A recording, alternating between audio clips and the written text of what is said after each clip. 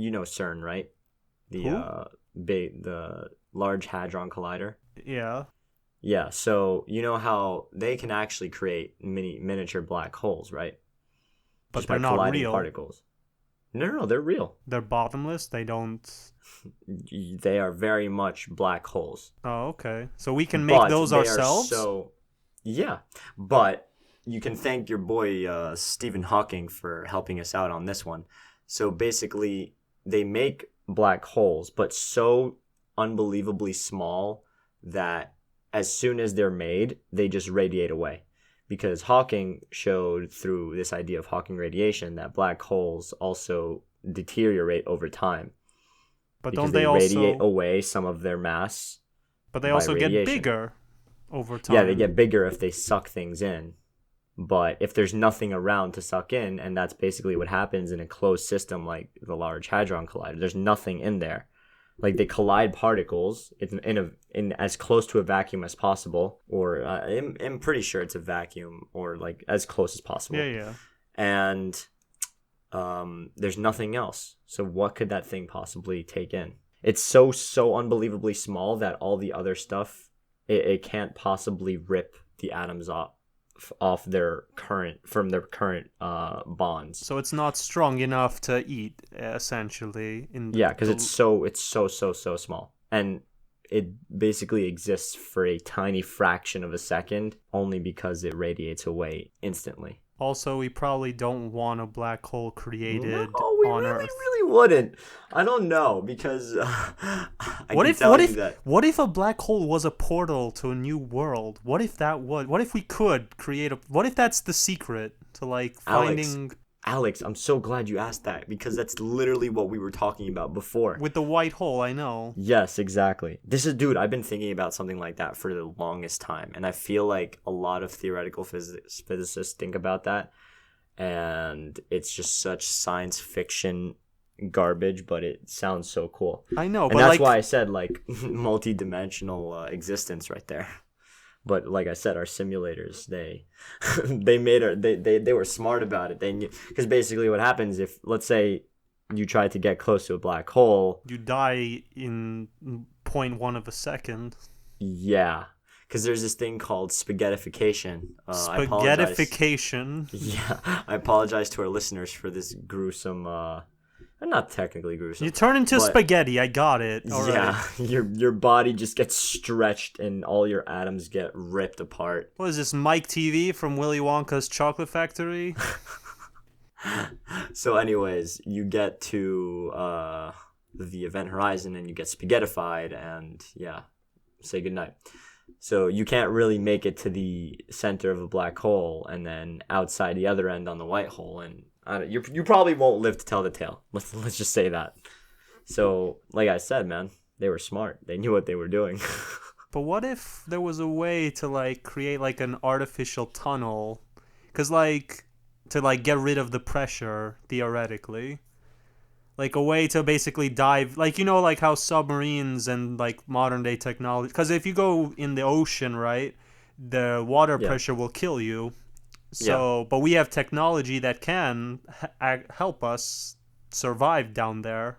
Yeah. So what if we create something like that, but like a trillion gazillion times more durable to withstand the pressure of a black hole?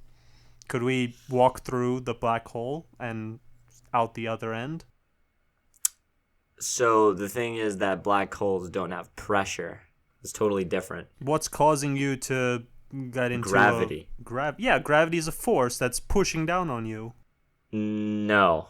So I remember I explained this to you in like one of our first episodes, that gravity technically in college and everything that works right now, Newtonian physics still works for simplistic calculations and everything, but it's actually not correct. It works for large scale, but it doesn't work for really small scale. So gravity. No. It works for everyday things, but it doesn't work for super large scale. That's why Einstein made his stuff. So basically gravity loses all meaning when things get too big. Yeah, exactly. And too small.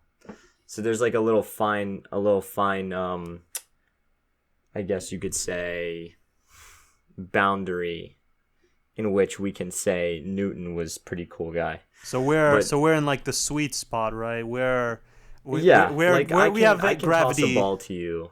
I can toss a ball to you and explain that with Newton's laws. But if I wanted to talk about the sun, probably not.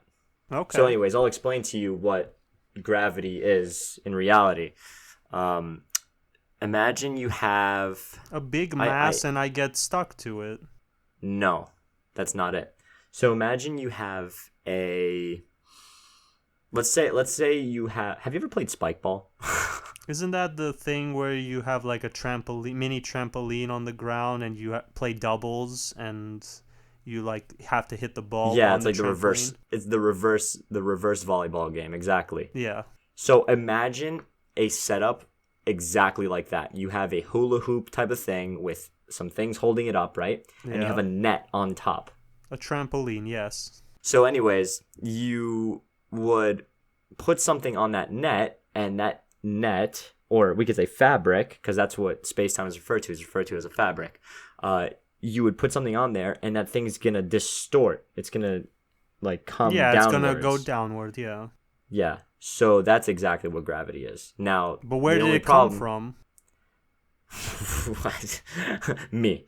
No, dude, I don't know. But the point is, that's only a 3D representation of it, when in reality, or no, rather it's a 2D representation because it's only X and Y in like a plane, when gravity is actually 3D, and that gets real shifty.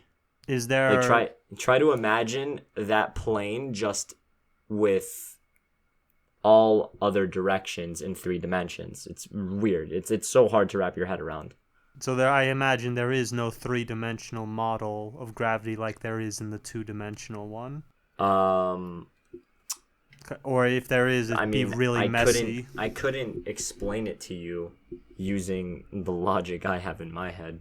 Maybe I'm just not a smart enough mathematician. But the point is that's how gravity works. So yeah, before you go on, the thing is, like, let's say I dropped a big metal ball in the middle of that net, right? Yeah. And then I dropped some marbles in, and let's say I spun them around. You know how you would put those coins in, like in the mall? Yeah. Marbles, then they spin around. Yeah, and they're going to spin around, hole. exactly. Like a funnel. Yeah, it's almost like a funnel. So that's basically what gravity is, and so that's how planets orbit. But eventually, don't they collide into each other? Well, no, because the thing is, we have also... The reason that that's not a perfect example is because Earth's gravity is affecting our system right now. So everyone has gravity, so it's not like the marbles going down. Yes, exactly. And there's also a certain point in time when the outward acceleration of the marble, quote unquote, is equal to that same inward pull of the gravitational force. For lack of better words, I use gravitational force, right?